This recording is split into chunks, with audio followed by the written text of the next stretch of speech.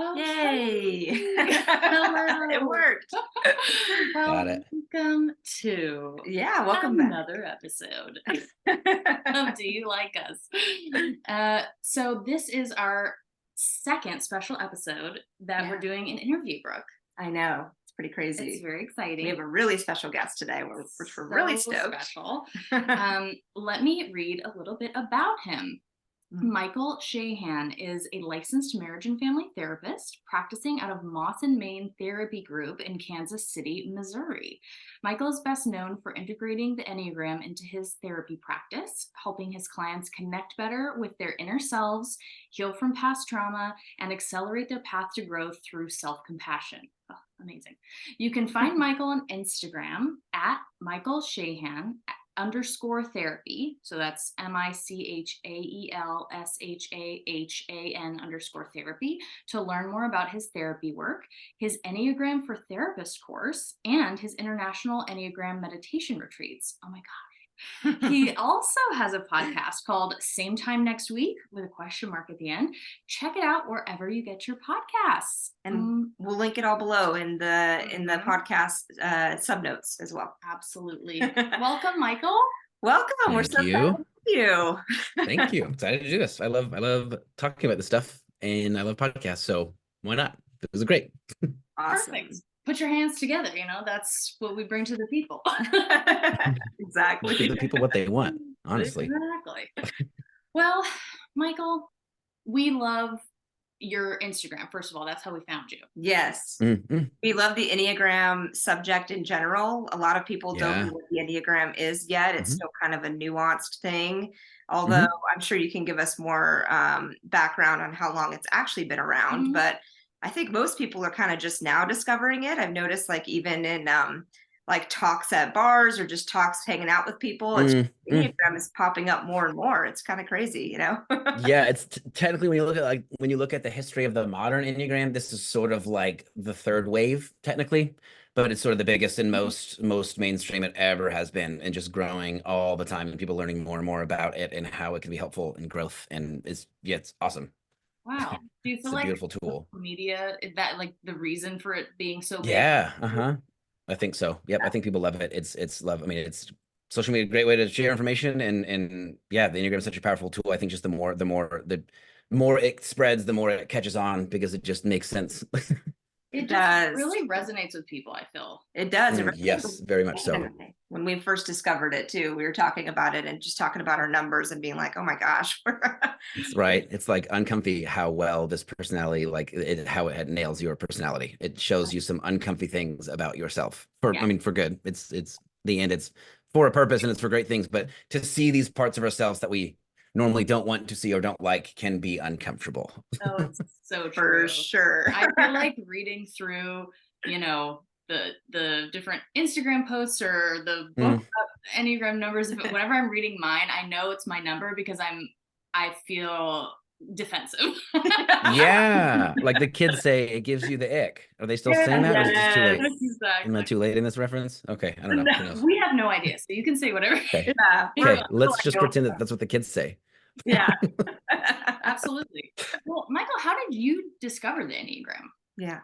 I learned about it briefly in grad school from a podcast that kind of briefly talked about it, and I really got interested in it. And then right after grad school, I'd looked into it a little bit more, typed myself, and with the test, and I actually typed myself wrong. I thought I was a 2, but I wasn't, because it can be kind of hard to sort of know, because it's speaking to more under the surface motivations. But I learned it. I had a client come in, a couple. I see couples, love seeing couples, and they had difficulty communicating those specific ways. And then they listened to this podcast where they talked about his number, his Enneagram number, and her Enneagram number.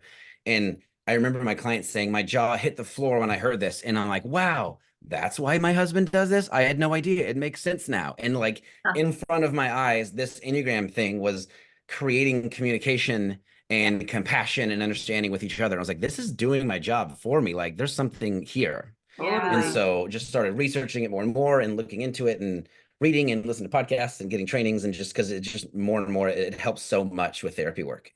One of the things I always say about as a therapist, one of my biggest jobs is to make the unconscious conscious. in people, because that's what we need. And that's what the Enneagram does in a huge way. It highlights parts of you that you can't see on your own, and gives language to it so you can do something about it. Fascinating. And it kind of sounds like it helps give empathy, get people give Yes. empathy to themselves and others, probably, right? For sure. Exactly. Yeah. I always say like the Enneagram at its best gives you compassion for yourself and others. It's sort of this, it helps you, like, these things click, like, oh, that's why I struggle with this. Oh, this person is like this. And oh, they don't hate me. They're just nervous that they are bad because they're blank Enneagram number, whatever. Right? And so it really helps to make sense of people's behaviors and give ourselves a break and them a break, and realize how similar we can be at our core as humans, but also how drastically different we process information and move through the world compared to each other. And if we miss that at our own peril, honestly. Right.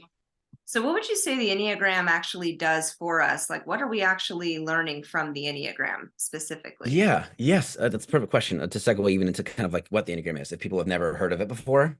Usually what I compare it to is something like the Myers-Briggs. People have heard of that, like INFT or ENFJ or whatever. That's a typing index, right? And that's based on what people do. That's based on behaviors. The Enneagram is a personality inventory kind of, at its most. It's way more than that. But the Enneagram is based on why we do what we do. It's coming from our motivations. So there's 9 different numbers, and it's intentionally numbers because if you have names of things like the lion or the badger or the golden retriever personality, like it sort of evokes images and ideas already. So it's intentionally just like a number, right? And people will give them names, but 9 different numbers, and each number is based on a core fear and a core motivation that runs somebody's entire personality, basically.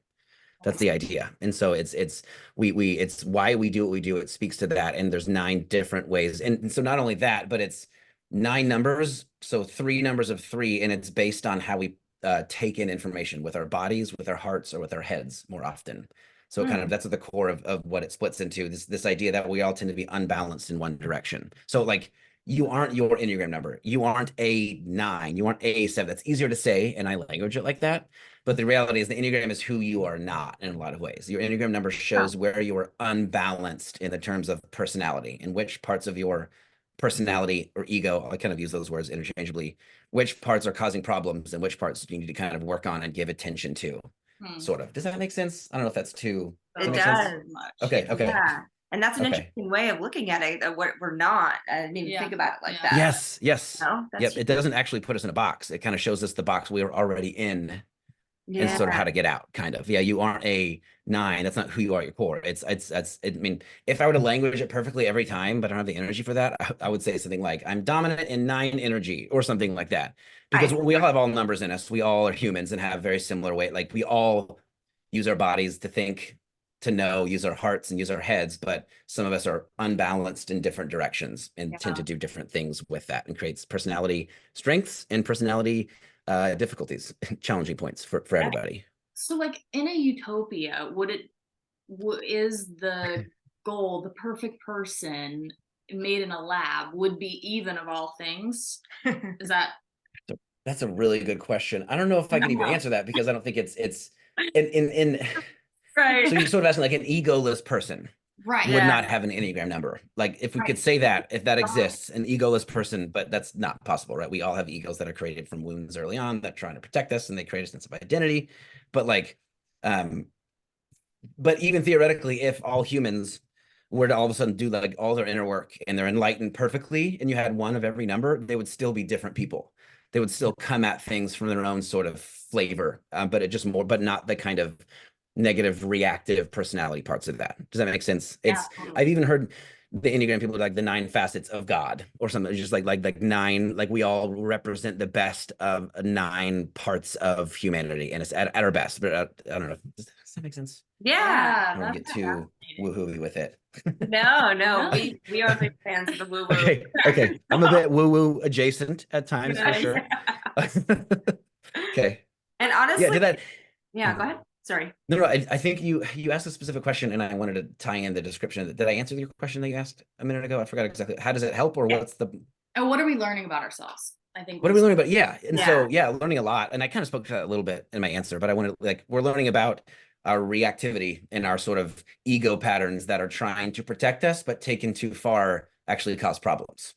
And we're learning about Yeah, the best parts of ourselves and the scariest parts of ourselves and our shadow parts in a lot of ways, learning all those things about ourselves that let us do something different. Because I'm always say that you have to have self-awareness and self-compassion to grow.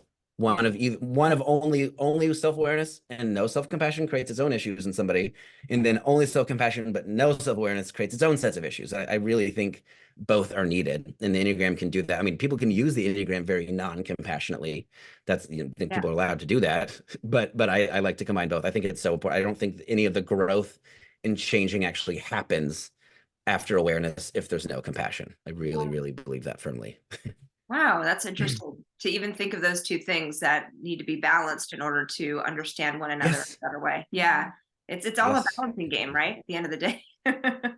I think so. I mean, the Enneagram speaks to that. I'm like, this is higher level stuff than I would normally do in like intro podcasts. But like when I teach the Enneagram, I actually teach other therapists how to use it in their practice. I've created like a 6-week course, which is, I love doing it. And what I start from the beginning is that body, heart, head triad. It's right. We all take in information kinesthetically with our bodies, emotionally with our hearts, or intellectually with our heads, and we're skewed one direction. And so a lot of the work that I do with clients, like, let's teach you how to balance those centers. If you are a very heady person, disconnected from your body, how do we get you connected to your body?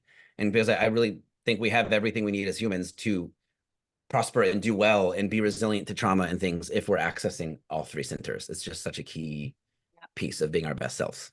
Totally. Love that. Love Absolutely. that. With that being said, what would you could you give us some like basics for each number? So Yeah, Yes. is that too much? or is that too, Okay. yeah. No, I can do it quick. I'd love to give it like 2 hours, I know. but I can do it quick, and then people can come to me and my website or whatever for more information. But I'll go through the beginning. So I'll start with the body types, if that's okay. 8, 9, and 1. So imagine if people have never seen the Enneagram, imagine a circle with 9 numbers, 9 on the top, and then it goes down to 4 on the bottom right, 5 on the bottom left, and back up to 9, sort of. And so that's 8, 9, and 1 sit at the top of the Enneagram, and they're all what are called body types. So these people tend to, if you're an 8 or 9 or 1, you tend to take in information from the world around you through your body, through your senses more than anything else. You might like your stomach drops more often. You physically react to things more. You sort of feel people's bodily energies. You kind of read into that in its own way. And so 8s, 9s, and 1s. I could talk, man. I need to try to limit myself. So I'll briefly describe that body triad. The body triad has a lot to do with boundaries and lack of boundaries, or too much boundaries. Kind of, where do I end and where do you begin? Like we all have that in us, but 8s, 9s, and 1s struggle the most with that because it's unbalanced. And so 8s are sometimes called the challenger. 8s, I'll say the core fear and core desire of each number, because that's kind of the basics. The 8, the core fear is that they will be controlled. Or that they are not strong enough to, they're not strong enough. And the core desire is to protect themselves and protect the people around them. There's a need for 8s to be in control of everything. They're the most, I need to control everything around me and I will get it done. They're the people who get shit done immediately when it needs to happen. And they're the people that people tend to not like a lot of times because they can be very direct and forceful and combative, but 8s don't really read that as a bad thing. Right. They read that as a connecting, and they act from that body energy the most. They sort of overdo that body energy and overdo those gut reactions and believe that their inner truth is right, capital T truth. I see. And they can be incredible people. My brother's an 8. He's so intense with everything that he does, for good or for bad. Like every weakness of the Enneagram is just the strength turned up too high. Yeah. But yeah, that's the 8. Sometimes called the challenger. It can be really combative, very direct, speak their minds. Yeah, those are 8s. Then you have the 9 that's in the middle of the body triad. I'm a 9. So 9s are called the peacemakers sometimes, or the mediators. 9s, they're kind of, their biggest fear is of disconnection with themselves, with the people around them, with the universe. There's this kind of fear that I'm disconnected from everything and I don't get to take part in everything at their core. And so the desire is to have harmony and be at peace internally and externally, and kind of be okay internally and make sure the people okay around me are okay. Like people around me are okay. There's a lot of soothing and merging that a 9 does with other people's demands, other people's opinions. They sort of, at their worst, they are kind of like a blank page, right? Or I'm kind of, there's fears of not being important, and so I'm just going to shrink back and be invisible and nobody cares anyways. But at their best, they can be, a lot of Enneagram experts say that more Enneagram 9s have been president of the United States than any other number, because they can do this, because when they're in their healthiest, they can be very directive and forward, and also peacekeeping and mediating with world leaders, and making you feel really heard and understood and seen. And that's kind of, and so as a therapist, that could make me a great therapist, as long as I have boundaries. Because the bad part about being a 9 is sort of energetically just soaking up everybody else's stuff all the time, and which is just not great and not healthy over time. So are you And running? then Are you running in 2024 for I president? could not. Oh my God. I don't have near enough money or time or energy for that. I appreciate the vote of confidence, though. Jeez. President. and then Enneagram 1s, the last in the body, they're called the reformers or the perfectionists. They tend to be very moral, upright, ethical people, or well, their own view of what that means, because they come from that body, instinctual, right? It's like I know the truth in a similar way to 8s, but 1s, the biggest fears of being bad or somehow corrupt, or like not good or immoral somehow, something's wrong with me. And then so their desire is to be good and to kind of be like, and so they improve things. They're always looking at what can be better. And at their best, they can be just reformers and fantastic teachers. A lot of people think Mr. Rogers could have been a 1, just a very, very gentle 1, because 1s don't usually look like that, by the way. So don't think that in your head. 1s at their worst can be really rigid, controlling, resentful. They show a lot of resentment, judging other people, and they can be very, very critical of other people. It's the criticalness about other people comes from an overflow of their own internal critic. They say that the Enneagram 1s have the harshest inner critic of anybody. Just berate themselves and angry at themselves, and it could always be better. Like it's a beautiful thing to see what could be better and to improve. But when you're so unbalanced that way, and that's all you do, it's very negative, and you don't see anything good about yourself, and you can shame yourself, and that's how that can tend to look at its worst for 1s. Yeah. Wow. Yeah. So my ear itches really bad. Sorry, these headphones. Give me a second. So 2s, so that's so 1s, 8s, 9s, and 1s, that's the body type. They're the body center. They all tend to have a don't mess with me energy, kind of, but it can look different for each person. 1s can be kind of rigid and standoffish, 8s can be very direct and like angry, and 9s can be very like just checked out, don't mess with me. I'm just sort of, I don't want to be with anybody, around anybody. Yeah, they all sort of do like a self-forgetting in a lot of ways, 8s, 9s, and 1s. Yeah, and there's commonalities within 8s, 9s, and 1s, but then each one takes it a very different direction. So that's kind of what makes 9 numbers, 3 of 3 sets of 3. Yeah. So you have any questions about that, or you want me to just kind of move forward to the next 3 numbers? I think keep going, because I'm taking notes for questions after, but keep talking. Perfect. Yeah, I'm learning so much. It hasn't even been like 15 minutes. Good. Yes. Love it. I have like all the people picking in my mind. I'm like, oh, that's an 8, that's a 9. Like I'm just like, right. Yeah. Actually, so is it normal when you hear a description of these numbers to feel like this is how I've felt whenever I hear any of the numbers, is I think I'm all of them. And then when I heard mine, I like cried the first time, and I was like, oh, okay, I probably am that one. And then but is that normal to feel that way? Yeah. It depends on the number. More often than not, 6s and 9s end up having that reaction. Because so I talked about the 9 mediating, kind of seeing everybody's perspective. That this idea that this sort of 9 sits on the very top of the Enneagram and can see down through the perspective of every other person except themselves, basically. So with the 9 in that body energy is like, I resonate with that. I feel like I've done that before, or I understand what that would be like, and like it just sort of gut understanding of all these different, that can lead to a lot of 9-ness. That to show that you're 9. But also when we get to 6, we'll talk about there's a lot of uncertainty in 6s and questioning of themselves, and so that also leads to 6s kind of not being sure. So 6s and 9s more often. A lot of the other numbers, it can be very like I'm very likely this number. It's easier, but it can still be difficult. And it's important just to reiterate again that like we all have all the numbers in us. It speaks to things. Each one of these speaks to things that every human does. We just overdo it in a certain direction because of our number, if that makes sense. Yeah. Okay. So maybe it could be that as well as you listen, and For sure. That makes a lot of sense. Okay. Yeah. So yeah, you can continue. Awesome. So next is called the heart triad. 2s, 3s, and 4s are in there. It's the sort of right side of the circle of the Enneagram, the sort of bottom right half. Heart people take in information from the world around them through their emotions more than anything. Very emotionally focused. This is sort of this belief that like what I think and what I do is always based on what I feel. Even though, I mean, it's like that a lot, but like, but that's not the truth of it fully. That's kind of this misguided belief that they have. But they struggle with emotions, and so from that, the whole triad 2, 3, and 4, they tend to be very um, there's a need to find a sense of identity because with their emotions all over the place all the time, it's like, who am I? I don't know who I am because it rotates and shifts. And so who am I? So I need to find out who I am. So 2s, 3s, and 4s, all there's a sort of a need to find a sense of identity. And there's the need to get that from, they sort of do that from other people in the ways. And it's 4s more themselves, but yeah, there's a need for identity and its importance of relationship. And then 2s, 3s, and 4s all sort of image craft more than anybody else. There's this sort of, I want you to see me how I want to be seen. Yeah. Is a lot more important than 2s, 3s, and 4s. And so much of what they do is filtered through that.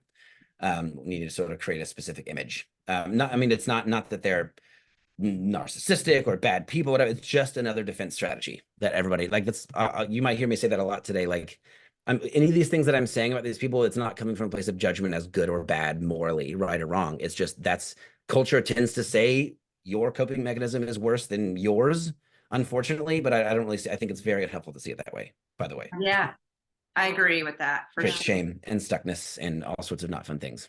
No need. Yeah, exactly. Yeah. So 2s, at the beginning of that heart triad, 2s are called the helper.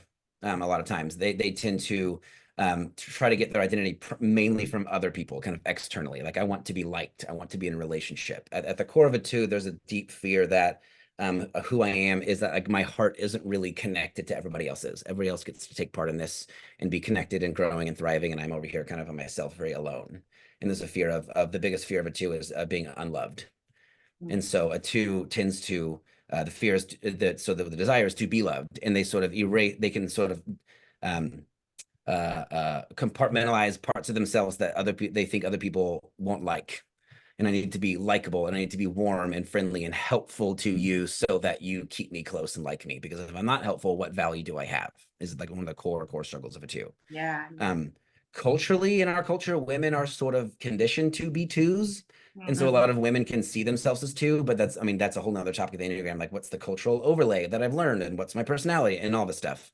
But 2s tend to, especially women who are 2s, that just get this double dose of this like people pleasing, overly helping. Yeah, a lot of put in caretaking roles growing up. Tend to be in a lot of caretaking roles now. But what that does at its worst is it creates a lot of resentful, manipulative, fake happy kind of people who are just sort of using you to feel okay and help way more than they should, and overextend in a lot of ways when it was never asked for, and feel resentful when it's not given back. Is where the 2 can kind of go at its worst. Interesting. Okay. Yeah. And Yeah. then which I mean, I know this podcast is it's stereotypically that can look like when people say codependency. Like one of the main, I mean, what's interesting is every single number is codependent in its own way. It's just different strategies, which is fascinating to me. And and we can even talk about that if we get there today. But 3, Enneagram 3 is called the achiever, or like the CEO. They tend to be the sort of most image focused. They're right in the middle of that triad. So they kind of hold they can be very charming. They can sort of chameleon in ways that other people can't. Just like 3s watch them, and then give you what you want, and then think that they are that, if that makes sense. Yeah. Fooling. Yeah. Yes, very much so. Like a 2 usually isn't. Like they know they're doing, but a 3 can really lose their own sense of identity in a big way from that. A lot of marketing people are 2s because they're so good and so tuned in at what clicks for other people, how other people work emotionally. Like, because it's in the heart triad, but a 3 is disconnected from their own heart and sort of tried to connect to it through other people in this sort of empathetic way. 2s are very focus driven, goal oriented, check it off my list, fast paced people. They can be very tense, can really have a hard time blurring lines between work and personal life, can overly work themselves into the ground at their worst. They can be extremely helpful and stuff at their best. But yeah, at their worst, they tend to be very manipulative and use people and slimy and very fake. And that's kind of where that can look like at its worst for a 3. See. 4s are called the individualist sometimes, or the artist. The 4, their sense of identity, whereas the 2's identity is they tried to achieve it externally, and they kind of live at the front. Twos kind of live at the front of their hearts, like, what do you need me to feel? These kind of happy, good, fun things. Twos are the exact opposite in both those ways. They try to look internally for their own sense of identity, and can really oh, I just blanked. What was the second way that I said? I just totally Um, blanked. they look internally. Are you talking about fours though, right? Or twos? Yeah. I was comparing it to the twos. They look internally, and then and they tend to look live in the back of their hearts, in like the deep, dark recesses. They like being sad. They like being broody and moody, and feel very misunderstood, and like listening to really sad music is kind Yeah, of, I see you nudging her. Yeah, okay. that's me. Yeah. Yeah. Fours can be very broody, very, a lot of melancholy is their kind of fixation, is what they call it. There's a Yeah. lot of there's a so the core fear for a four is having no sense of identity. And so from that comes a need to have a sense of identity and create who I am and find who I am. And that's done like in a very emotional way. Like, I want to feel all these emotions. A lot of fours have a need to be unique. They want to be understood because that feels good and connecting. But if I'm understood, that means I'm way too simple and basic, and my identity is based in nothing. And so, like, if you understand me, that's actually a bad thing. So I want you to not understand me, but I'm also sad that nobody understands me at the same time. I And it's kind of like, I just saw something that was like, all I want is for you to love me unconditionally while I move away from you and avoid you loving me unconditionally. 100%. yes. That's my That is MO. four, and then it's yeah, and so some other numbers do that for sure too.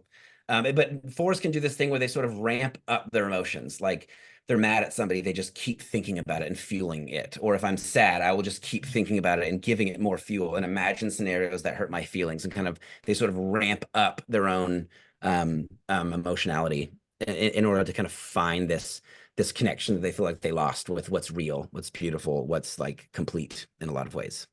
Yeah, and I kind of have a question on that too, because I just in general, I'm like a big feeler, like more so that's my dominating, center is feeling all the time.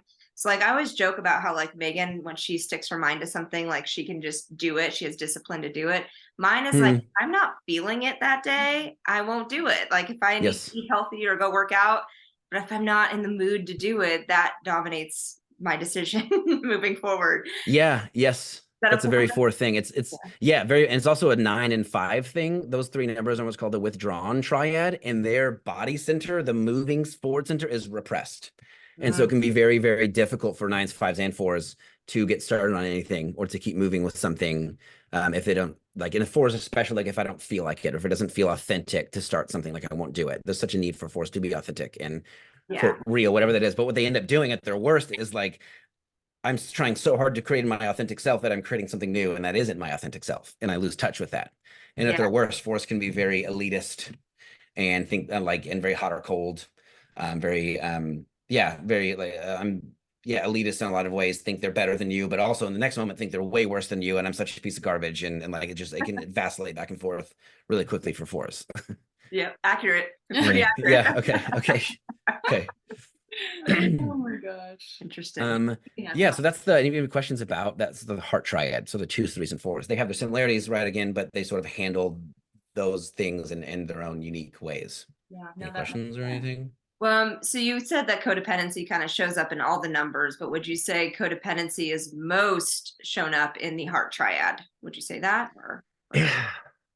I don't know. That's a hard question. What happens more in heart triads, whether that's a codependency issue or not, is they can be very emotionally needy. They can be unhealthy. 2s, 3s, and 4s can feel draining to people around them because there's such a need for you to treat them in a specific way or see them in a specific way or emotionally react in a certain way. So they can be kind of exhausting to people. But it depends on which brand of codependency you're talking about. Because I don't know how you guys define codependency in the show, but the sort of nutshell definition I give to my clients is the inability to let others around me be human. So like if somebody's upset or hurting or whatever, my nervous system can't regulate, and I have to fix it or do something about it. And numbers like 9s, when they're codependent, it's I'm going to pull back. Like they become codependent by not showing up with my needs. I will erase myself and not take care of my needs, which will lead to resentment down the line, so that you can be okay. Where there's maybe somebody like a 2 can get really aggressive at times, like I helped you and like I'm forcefully helping you, and why don't you help me back, and what's going on? Like that's a more like I think classic kind of look at codependency, but everybody does it in their own ways, and it's sort of I don't know. Does that make sense? So that sort of classic, I don't know, like a lot of people when they hear codependent, they kind of hear emotionally needy in a lot of ways, or emotionally sensitive. Yeah. And that can be really true for 2s, 3s, and 4s. I don't know if that's, does that make sense? For sure. Yeah. Because codependency is different in so many different ways. It's not like like Megan and I talk about this on the podcast all the time. Like it's so nuanced in the sense where it shows up in various forms. So it makes sense. Yes. Yeah, it makes sense that it would show up differently in each number too, not just be like a standard. Yes. Uh-huh. Yeah. Yes. So like this sort of very core human thing of like my nervous system dysregulates when I'm around somebody who isn't okay. So I need to make sure they're okay. But we all have our own personalities for each Enneagram number. And so we accomplish that in very different ways. Love it. For sure. That's the soundbite. That was great. That was good. Seriously. Love it. Good. Oh my gosh.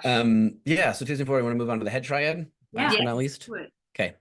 The head triad. I'm shocked that 7 is in the head triad. I know. Yeah, I can talk about that too. If I don't, let me speak to that, because they don't look very heady at all, and they don't look very fear-based at all, but they are very much so. 7's your so what is your number? 5. Oh, 5. Okay.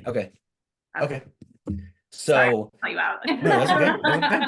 So 5, 6, and 7's on the head triad. So they sort of take in information from the world around them using their heads, their intellect, the logic, the left brain part of them. Wait, is left brain the logic? Right? Yeah, I think so. Yeah. Or wait. Yeah. No. So that. Yeah, right brain, whatever it is, the logical part of us. I think it's yes. Okay. They sort of tend to take in information in that way. What's a great example that I use when I teach this is I had a client who was a 6, who was very middle of the head triad, the headiest, sort of like stuck in the middle, don't have a wing outside to balance. And so she said, it's like, have you ever seen a spy movie where the spy or the superhero, whatever, has these like fancy glasses that's like great technology that can just pull up information on people, like this perp is this and he's wanted, this is his history. Like that's what it's like in the head of a 6. They are sort of taking in information logically through language, through facts, through it's not in their bodies. Like I get that in my gut, or not in this sort of emotional, but it's like this very heady way.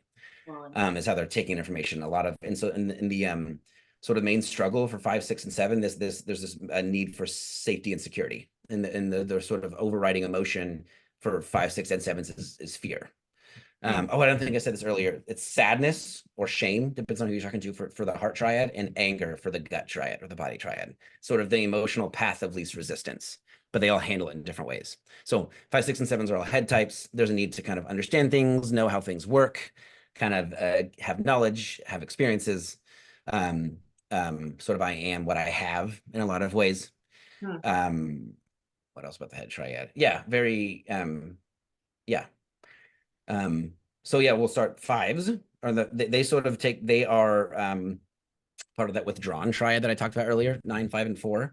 5s are very intellectual people. They love knowing things. They love deep diving and nerding out into very, very specific and niche topics. 5s, the sort of stereotype for the 5 is the kind of absent-minded college professor, right? And we're all not stereotypes, it's just a stereotype. It can look so different flavors of each number. But like this absent-minded college professor who just knows so much, but is socially unaware and just talks about things all the time and just like loves learning. And so their core fear of a 5 is to be incompetent or not know something, or to be depleted and drained as well. And so they hoard knowledge, and they hoard their own energy, and they hoard their own social energy, and it's sort of, they kind of have an eye on this gas tank and what they have for the day. And there's a lot of pulling inward and into their own heads to preserve energy. And their main desire is to be competent and smart and to learn, because it feels like learning will protect me. So that's what the fear is for the 5s. If I learn enough things, nothing will go wrong, nothing will drain me. And if I learn enough and like have enough information, then I can protect myself and I can be okay, kind of. At their best, 5s are very smart, very compassionate people. One of my favorite Enneagram teacher of all time, Russ Hudson, been teaching for 3 decades. He's a 5, and he's so gentle and knows so much and presents it so kindly. And he's just is really somebody who you can tell has access to all of their centers. Whereas a 5, like at their worst, are just heady, just disconnected from my body, from my emotions. I don't know what those are. I'm just in my head, which, I mean, obviously creates its own problems over time. Yeah, at one point I had to use like a little feelings monitor. Like, I feel this way. Like I had to. Sure, that's what I do with clients sometimes with 5s. It's like, let's start at the basics. Like, yes. Yes. And I went on this whole yoga journey to get into my body, like just absolutely could not access either of those things. I feel a lot better now, but I really have to like focus Yes. on not denying that side of me. Exactly. Exactly. Yes. I mean, that's kind of what the defense mechanism is at first, and it works to be heady. And then later in life, it starts to create problems. And so how do I not just do that? How do I, which is, it sounds like you've been on your own sort of journey to figure something to reconnect to your body, which is one of the biggest pieces of work for a 5. So that's awesome. Well, it's nuts how it messes up your body. Like I ended up having this whole central nervous system hormone problem. I was like, Really? yes. And there was Wow. no problem. Like there was no, no diagnosis, it just was that way. And then once I started meditating and doing yoga and, doing those things consistently, it got better. That's so wild. And like simultaneously really cool and awesome to hear, but also 0% surprising because our bodies just are going to do what they're going to do. And we can try to push them down and things, but they're going to make themselves heard eventually. Crazy how that works. Yeah. Yeah. Right. And we are in our own culture of the last few hundred years is actually very, very head type centered since the Enlightenment, and very white centered, patriarchal, very knowledge-based, fact-based. Emotions are bad. Like our whole culture itself is steeped in a lot of head-centered assumptions. To our own loss in a lot of ways. Yeah. I'm obviously, because I'm a 4, I'm a big proponent of like feelings and emotions, and yes. I just feel like that's kind of what's missing in this world today is when we look at all the issues surrounding everything, even politics, all of it. We're not really checking in with our heart a lot of the times. That's where. Yes. Which is the beauty of a 4 at their best. They can remind people, hey, like these are important emotions. Like our culture tends to say emotions are bad or need to be managed. But the gift of the 4 is like, hey, everybody, like these are really important. Yeah. In a lot of ways. I will be giving a speech to the nation next week. And perfect. So 6s? Yeah. 6s in the middle of the fear triad, and they're called the loyalist or the contrarian. The 6s are the most anxiety fear based. The mark of a 6 is this intense what if. A lot of they like to say that they spend 99% of their energy worrying about the 1% of things that could happen. Like I knew a guy who was a 6, and he said every single time he was a maintenance worker in this building, and for 20 years of his career, he would go in and in the morning and unlock, and you would have a screwdriver in his hand just in case somebody was there, and then you would have another screwdriver behind his back just in case somebody saw the first one, and you would stab him or whatever. This was just like contingency plan after contingency plan for 6s, like all the time. Another client who's a 6 said whenever she's jogging, every time a car comes by, she's like, what will I do? Like, I'll jump this way if it swerves. Just like constantly spinning about that kind of thing is what it can be a mess in the head of a 6.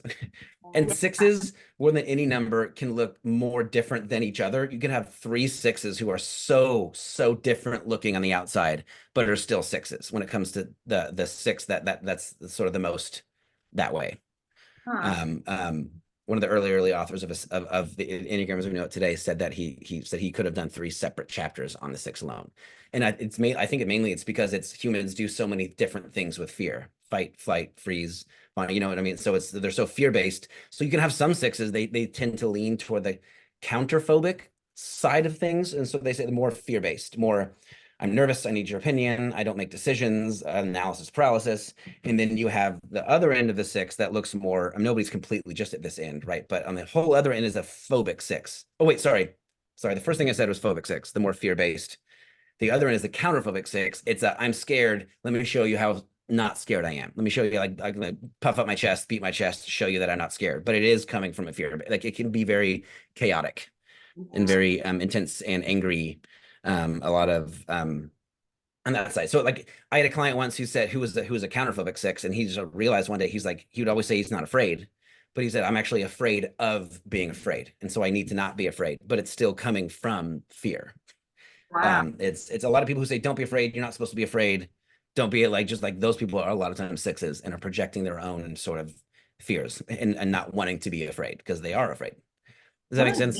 Yeah, that is all over the place. Yeah. I do have a question on 6s too. I'm just wondering if this is a 6 trait, but I have a male. Yes. I have a male friend, or male assigned at birth friend. And he, every time we're in a public restaurant or something, he has to know where the exits are at all times. Sure, that can be a very six thing. Yes, Yeah, I would that kind of thinking. Some people might do that if you're not a six, but like that type of thought is happening all the time with the six. And it's they also tend to I'll speak to sort of the more characteristics that sixes share. They tend to be contrarians. They sort of like to poke holes in things, like and tend to be so. Great example of sixes, probably so many famous football, basketball, like, well, I don't know, sports coaches are sixes, because there's part of their job is to see what could go wrong and plan for what could go wrong just in case, and have all these different plans. And sixes tend to go the opposite direction emotionally. If everyone's getting intense and nervous, they tend to, like, I'm calm. Like six's nervous system tends to be most regulated when things are going wrong, because it's like, I've thought of this before. I know how to handle this. Versus when things are going right, it's, oh my God, a million things can go wrong. What should I do? Kind of thing. And so that's sixes. They're called the loyalist or the contrarian. Yeah. Wow. Huh. Yeah. Do you feel like, I mean, I know to get to sevens, and this is kind of a broader question, but you were saying people who are sixes, a lot of like coaches are sixes. Do you feel like oftentimes it's more common for like the number to dictate what people end up doing, or like somebody's job, and like you said, the cultural overlay dictates what number people are? Like, how does that play out? It's so, yeah, really quick. So the theory is that we're all born our Enneagram number. We were born with this sort of like predisposition to that number. We don't have the patterns developed yet because we don't have a personality or sense of self yet, but we are sort of born that number and get more traumatized or wounded by specific things that hit at our core fear.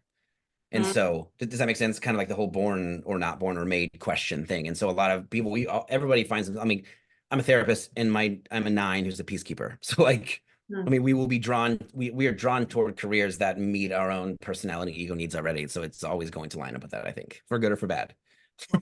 Yeah, that makes sense. For sure. Interesting. Yeah. Sevens. Yeah. Let's do sevens, which is hilarious because sevens are usually the most impatient and wanting to learn about their number the soonest. And so doing them last is usually unfortunate for sevens. Not on purpose. They're the ones that I are like teaching it. They're fast forward. Yeah. Yes, most likely. If you have fast forward to this point, you might be a seven. Yeah, right. So sevens, they're almost the opposite in the five in a lot of ways. Five sort of pull inward. They're afraid of everything externally, whereas sevens are afraid of everything internal, and so they move externally. They're afraid of their own scary emotions. They're afraid of their own fear and their own, they don't want to feel those things, and they don't want to like get stuck or trapped in difficult emotions. And so they're like, they call the adventure, or like Peter Pan. It's constant adventure. I need to do the next thing. I need to move on to the next thing. There's sort of passion, or their deadly sin, if you will, is gluttony. So I want to try a little bit of everything, and I want to do all the things. And a lot of that is to distract themselves from their internal landscape, and like in sort of this opposite way of a five. Fives do less to move inward. Sevens do more to move outward. To away from themselves. And their seven's core fears is that they'll be stuck, or their needs won't be met, or they'll be trapped in something really difficult. And so their core desire is to make new experiences and do more things and have more fun and have sort of to because and that's where the fear based is. They can look very bubbly and charming and fun and emotional, but it really is, there's an Enneagram 7 teacher who says this in a very direct and uncomfortable way for sevens. Sevens enthusiasm is actually a starving anxiety. Yeah. It's this, have you heard the idea of the hungry ghost in Buddhism? It's like this ghost that eats things, and the more it eats, the hungrier it gets. The sort of, so the seven, the sort of more they're trying to, like, they're so scared of being present, they move on to the next thing. And when you're trying to move on to the next thing, you're not present to enjoy the thing. And so there's just, the more they do, the less satisfied they actually are. And that's worse, it can get just very scattered and crumble really bad in life if things are really, and just be very, very positive vibes only. They can get angry at people who are sad around them because you're ruining my vibe, and I don't want to feel bad. And like, that's what they can do at their worst. But at their best, they can be just very enthusiastic, very, very wise, grounded people, versus this very scattered, all over the place seven energy that can be at the kind of when people are at their worst. Yeah. Sevens at their worst might be addicted to something or have addiction. Yeah, what's interesting, I mean, I think every number of the worst is addicted to something. It's just different. Nines tend to be addicted, even substance wise, they tend to be addicted to more downers and things to make them feel calm and relaxed and chilled out because that's what they want to do. Sevens and eights tend to be addicted to more uppers and more things that give them more intense experiences, right? Like I mean, or that's even substance. There's also addiction to people pleasing and sex and eating and all these other things that it's all doing something for that core fear. It's soothing that core fear by your numbers, which is huge. Even in addictions work using the Enneagram, like we can know and point toward what you're trying to soothe and what fears and traumas come up when you don't. Yeah. But yeah, that's a good question. I think, but sevens can be addicted to very intense, stimulating things in a lot of ways. So, well, addicted to new. New, yeah. Yeah. And that's why I'm surprised that they're in the head category. I like can't. Yes. What's interesting is there's these lines in the middle of the Enneagram and that connect different numbers. We have theoretically we go this direction when we're more unaware and quote stressed. We go this direction more when we're in growth, but it's not that simple. We get both of each, but that's a whole nother long conversation. But sevens have no direct connection to the heart triad at all. They're the only number that has no connection to that 2, 3, or 4 triad. They're not next to it, and there's no line that goes to it, which is super. Like sevens tend to, a big realization later in life of a seven is, oh my God, I haven't been feeling my feelings. I've been thinking my feelings and just thinking that I was feeling them. Oh. Wait, did I say that right? Did I say that backwards? Thinking they've been feeling their feelings, but they've actually been thinking them. I don't know if I said it backwards or not, but I wanted to clarify. I think you said it right the first time. Yeah, okay. Yeah, I didn't even think about that. Like thinking the feelings instead of actually processing them in your heart. It's an intellectual. Yes, it's an intellectual. You're trying to metabolize your heart emotional energy with your head, and it's not actually going to make it go anywhere. That makes sense because they're trying to avoid that. Yeah. Yes, exactly. Like it looks exciting and energetic and fun, and really there's a lot of anxiety there, whether they realize it or not, because the defense mechanism is not to see their anxiety. So which is an interesting pickle. They're not seeing it. Yeah. Yes. That's so funny because I've interacted with a couple of people who have said that they were sevens. Like we were in a community where we were talking about the Enneagram, so they self-proclaimed sevens or whatever, and they were very energetic and kind of chaotic in their personality, where like I kind of never knew what they were going to do, and they were always really it was so funny because like the thing about the 5 that really hits me every time is the energy saving aspect. And every person in zaps your energy. Oh yeah, I would avoid them at all costs, and I didn't not like them. I just couldn't handle it. Yeah, sure, it's just too much. Yes, worried that I couldn't handle it, which is that really. That's it for the 5. I mean, the 5 can usually handle more than they think they can, more than their ego tells them that they can. But I hear what you're saying. Yes, it just feels completely draining and not doable for you, for people like that. I know. When you were talking, I was like, kind of feeling bad, like because you were saying you can use it to feel resentful, and I think I was in those moments because before I even got to somewhere, I would ask if that person was going to be there. I was like, really? And so but I don't like, I heard you say, I'm going to like say this really quick. I hope this is okay, but like, I don't want you to like shame yourself for feeling resentment about a number or something like that's because you're human and that's what you're going to do. And usually we're more reactive emotionally to people across our lines. And so for 5, that's the 7 and the 8. And so 7s and 8 behaviors can trigger a 5 more because in you, that's sort of this sort of shadow part of me that I don't want to access. And so it's very uncomfy to see. And so you're going to more quickly judge that. So instead of saying, what's my problem? I'm judging this person. What tends to be more helpful is like, oh, I'm judging this person. I wonder why. There's that kind of compassionate thing that I was talking about earlier, how much it can shift how we see ourselves. We have much more of a capacity to even see those parts of ourselves when we're not judging them. Honestly. Brooke and I need a lot of help with the self-compassion piece. Yeah. And just the judging piece of, of this as well, just judging parts of the Enneagram that we might, It's so quick to be like, oh, that's a bad trait. That's a good trait. Yes, exactly. And we usually do that from the lens of our own number. We tend to moralize our own number as behaviors. Like, why isn't everybody like this? We should be like, when in reality, you're just so entrenched in your own unbalanced way of doing things. You think that's the right way to do things. And that's just not true. We're making like a judgment of it. We're learning so much right now.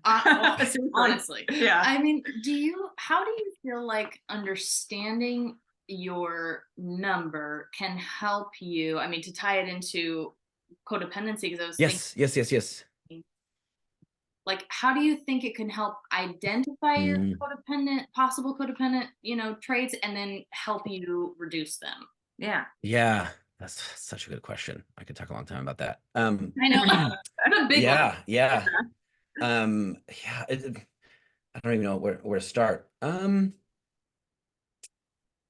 think like the first thing that popped in my mind is a lot of that codependency, the fear, like people who are very codependent, even people who do really mean, intense things from their codependency are not bad people. They're hurting people. They're people who cannot regulate and cannot feel. There's an emotional immaturity there. I don't know how to handle this emotionally, so I need to put it on you or make you fix me or spend time fixing you or whatever. And so to know what fear is being triggered in you when you're getting emotionally reactive and wanting to sort of pull toward those codependent behaviors to sort of see, like for me as a 9, just very recently had this anxious attachment freak out with my partner who was out with friends, and it was just like this. I can tend to be anxiously attached, and these codependent things can come up. It's like, oh my God, like she's going to hang out with friends too late and then sleep in, and then our breakfast plans are going to go through because she doesn't care about me. I'm like, oh my gosh, she hates me. And like, boom, off I go in this very codependent, like wanting to check in, wanting her to like rescue me from it and all that stuff. But also, but then like realizing like, oh, as a 9, like this deep fear of disconnection from everything. I'm like, oh, that's being triggered. Like it feels like I'll never be connected to you since I'm disconnected to you right now. I'm like, that doesn't, then when I realize that, I'm able to think like, I don't think that's true. That doesn't have to be true. And it feels true. And that part of me is getting poked really hard, but kind of being aware of where we get poked using the Enneagram is so helpful in this. Like, I think that's a good way to put it, right? We know where we're getting poked. So instead of white knuckling, I can't do it. I can't reach out to this person, or I blocked him. I can't go back. I don't like what that looks like for different people. Instead of white knuckling it and trying to force yourself to do it differently, which never works Yeah. and creates shame and confusion, all this stuff, we can say, oh, like instead of white knuckling the behavior, we can go to the motivation. And then if we can meet the need that motivation is trying to get with something else, then we don't need to freak out about this other thing as much. Does that make sense? I see. Yeah. Yeah. So It's a way like, to self-soothe and regulate, to know those parts of us. right. So like when you feel triggered or poked, like you said, looking at, the motivations behind that. Why do I feel Yes. and What what am I part of afraid of my happening? points to that? Yes. Yes. What is my personality? What is my ego saying will happen right now? And like, if I, instead of just believing whatever my fear says is going to happen as the truth, you're able to like, oh, like, is this true? I can question it now that I'm seeing it happen to me versus just reacting from it, Interesting. which is, yeah. No, go ahead. Which is sort of, I mean, what a lot of meditation is, right? It's like being aware of myself and being aware of my patterns. And Enneagram even splits that and being aware of my thoughts, being aware of my body sensations, being aware of my emotions, which is such a cool tool, which is, you guys read that the intro to me at the beginning that my international retreat is an Enneagram and meditation retreat. It's to sort of bring people intentionally into each center and be aware of these patterns in an Enneagram specific way. And I just wanted to throw that in there because I love it and I'm excited about doing it. Yeah. You might see and that's us such a there, point of I all was this. gonna say, you sold us on it. Yeah. It'll be in Bali this year, which is wild, in October. Never been in my life. And it will be in Bali, a 5-day meditation retreat where we go through that and talk about the Enneagram numbers and do really cool things and really ground ourselves and bring up and learn how to be aware of our bodies and our hearts and our minds. Can we Which sign is up for just that on your Instagram? yeah, we can. Yeah, my website it's information's on my Instagram, information's on my website. Yeah, I'm really there's still early bird spots left if you're interested in looking at it or anybody hears this list. Yeah, so which is several $100s off. That is amazing. Yeah. But yeah, I wanted to throw that in there. But keep talking. Sorry. Yeah. Well, that just sounds like that would really, I don't know, make you feel empowered to Yes. Yeah. do in those moments. Yeah. And I mean, do you feel like if, for example, like if I recognize, oh, I'm worried about this is my motivation, then the thing like to do, or like an action step, should we do like an action step that kind of regulates our head, heart, body in the way that we know our Enneagram is imbalanced? Yes, yes, yes, that's perfect. In my course for therapists, I teach this 3-center meditation that I do for clients to like practice connecting to my body, connecting to my heart, connecting to my head, and each number needs different work within that. Like, so for me as a 9, I'm in the body triad, but I'm the middle, and so that means I'm also repressed at the same time in the body sensations. So it's so much as a 9 bodily that I try to push away from it and numb out from all the body things. So I know that when I'm dysregulated, more and more I'm learning I need to move my body because I'm like shutting down, dissociating, going numb, like a lot of like 9s do. And sometimes I'll let myself do that, if I feel like that's needed. But also like getting into my body is a very important for me to do. Which is, I mean, speaks to like more of the nuanced work of each number, and each number is different, like, and each person's different on what I need. But to have that language of the Enneagram is a game changer in a lot of ways when yeah. What does the two there's I mean, selfish question. What does the 2 3s and That's 4 allowed. triad, what are they suppressing? What do they need to work on? It's different. It's different per number. Oh, I can tell you about the 4. So the 4 is the body repressed, heart centered. So overdoing the heart taking in, but repressing the body is what the 4 I does. see. And that's what puts the withdrawn type. 4, 5, and 9 are all body repressed. And then 7, 8, and 3 are all heart repressed. And 6, 2, and 1 are all thinking repressed. And then none of that means they don't think, feel, or it means they just sort of spin their wheels, or they don't do it effectively. They don't do it well, or it gets them stuck. They kind of overdo it, So they need or to, not overdo it. Not overdo it. When they're repressed of it, it's they can overdo. They can look like they're feeling or doing practical things or thinking, but it's not like a engaged, connected, present yeah. thinking, feeling. Or does that make sense? Yeah. Yeah. Okay. So a 4 would need to go do something, right? Just Yeah, a lot of getting back in. Yes, yes. A lot of the work of the 4 is sort of getting out of their emotions. 4 at their best sort of moves more to a one looking space, a very doing, action oriented, moving through my emotions, not getting stuck in my emotions, but like recognizing the importance of doing things and that being just as important as feeling things, which is hard for a 4. okay. Cool. Yeah. A little selfish 4 question. Yeah, no, yeah, that's allowed. You're the host of this. You get to ask those. Yeah, we're here. We got him. Yeah. Yeah. Kidnapped him. No, Yeah. I noticed, or we had talked about how on your Instagram we noticed that you posted something about subtypes, and I don't think Yeah. I'm familiar yeah. with that. Yeah. Can you talk a little Ooh, that's some good stuff. Yeah, people are usually less familiar with that. Yeah. So subtypes, I'll give a brief. This is so cool, and this whole topic is something that I've used with clients even without the Enneagram before because it's so helpful. So subtypes are based on something called instincts, and I'll talk about this briefly. So the instincts are instinctual parts of us that we just do. Like if you put a piece of food in your mouth and you don't eat it, your mouth starts to water, and your body's like, "Hey, we're supposed to swallow this," right? And you want to do it, and it's uncomfortable. That's like an instinct. Okay, so the idea that there are 3 instincts around personality that in humans. The self-preservation instinct is one of them, and so we all have all of these. The self-preservation instinct is health, home, wellness. It's the instinct to keep ourselves alive, to take care of our stuff, to plan for the future, to save money, to eat good food, to eat healthy food. Like that's the self-preservation instinct. It's sort of how do I stay alive, right? Like without the self-preservation instinct, we wouldn't stay alive, right? We would just die because we don't have that. And then we all have something called the sexual instinct, which is a sort of need to broadcast yourself, to connect to somebody else, to sort of, it's the sexual instinct is a focus on the energy between people and between things. The sexual instinct makes us seek edges and intensity and excitement, and it sort of wants to bond with somebody really, really closely. It's focused on connection in a lot of ways. And then the social instinct is the focus on the other of all. So it's where am I at in the herd? What are the rules here? What are the cultural expectations? Unwritten body language.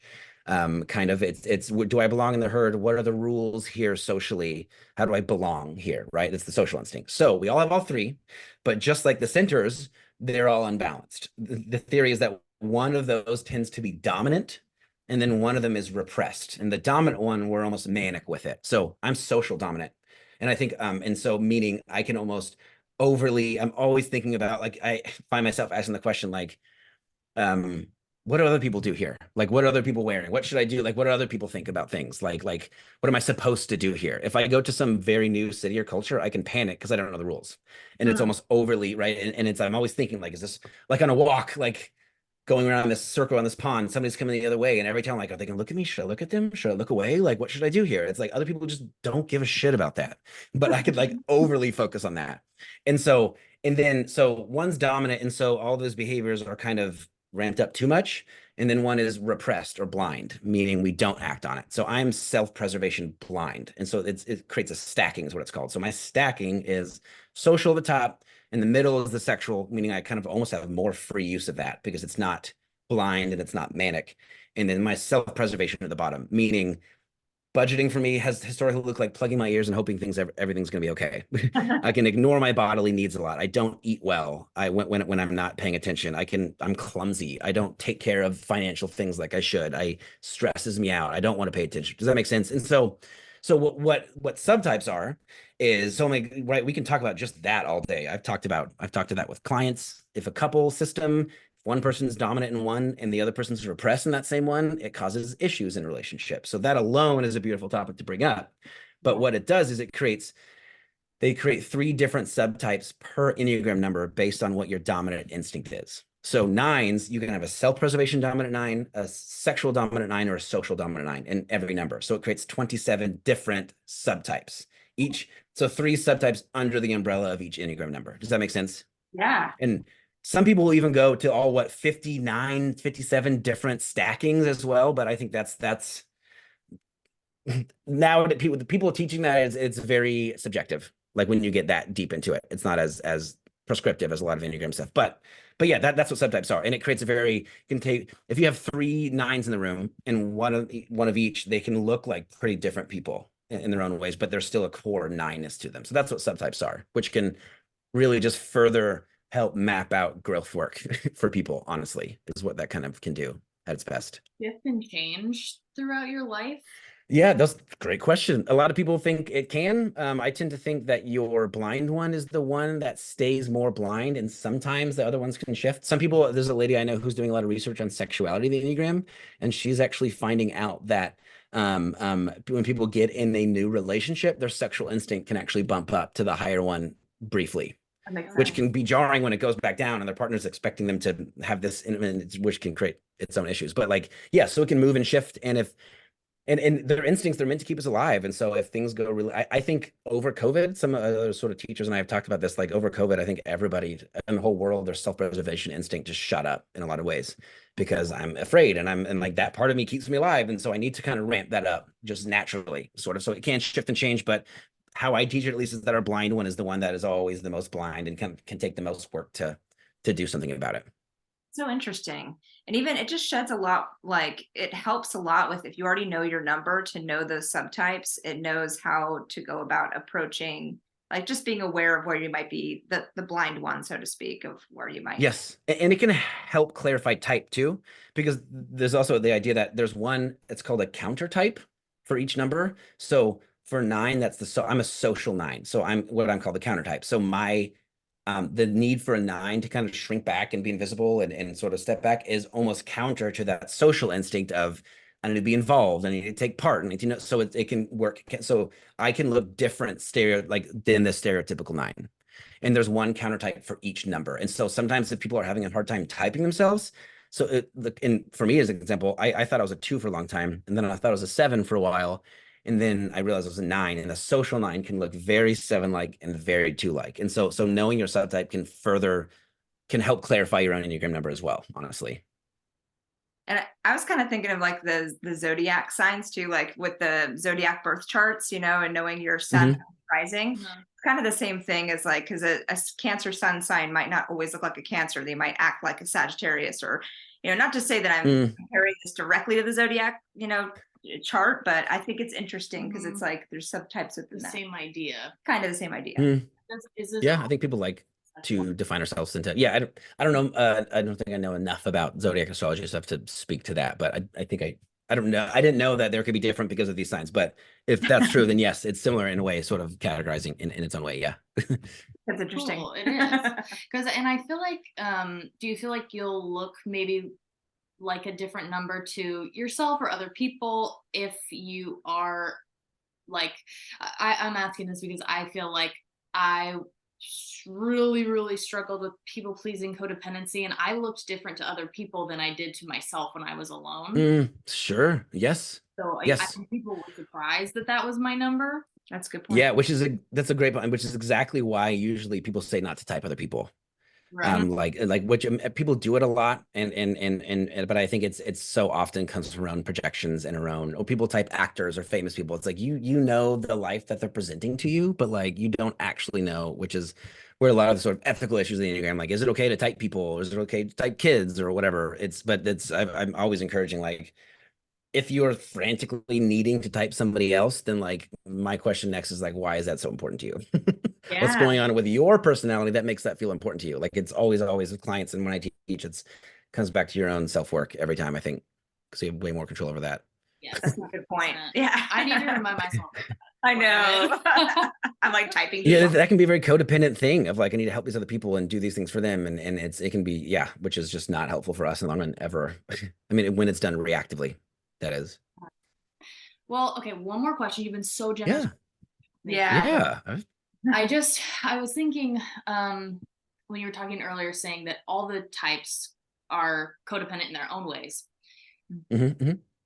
Well, I'm thinking specifically about this one relationship that I've had for a long time in my life, and I kind of was the giver, and they were kind of the taker. I mean, in codependent land, that's kind of the words that are used, I Sure. guess. But would you say, I know that's a new thing. Yeah. Would you say that that's because of our different personalities and numbers and how the codependence is coming through? Yes. I mean, codependency is such a big topic. There's really not a perfect definition that covers all of it, because it's such a human social thing. There's not one single definition of it. I think but codependence is this: I can't tolerate when this person isn't okay. I have to, and so like whether like, and so each number, when I feel something I can't tolerate, it's gonna be different. For nines, it's like, I can't tolerate this relationship not being good, so it's like I'm gonna just numb out, because that's what I do. I tend to just dissociate. Whereas a two, I can't tolerate this relationship being bad. I'm gonna step in and fix it, because that's my defense mechanism. And so it's coming from the same place of fear, anxiety, whatever that might be, but we're doing different behaviors because we have different defense mechanisms because of our own personality structure. For sure. It makes so much sense. Honestly, talking to you today has clarified a lot for me. I know. Really good. Yeah, I like that. That's awesome. That's what I love doing. So yes. Makes me want to dive in more and find, just more, scour your page, obviously, but like sure. There's all sorts of stuff up there.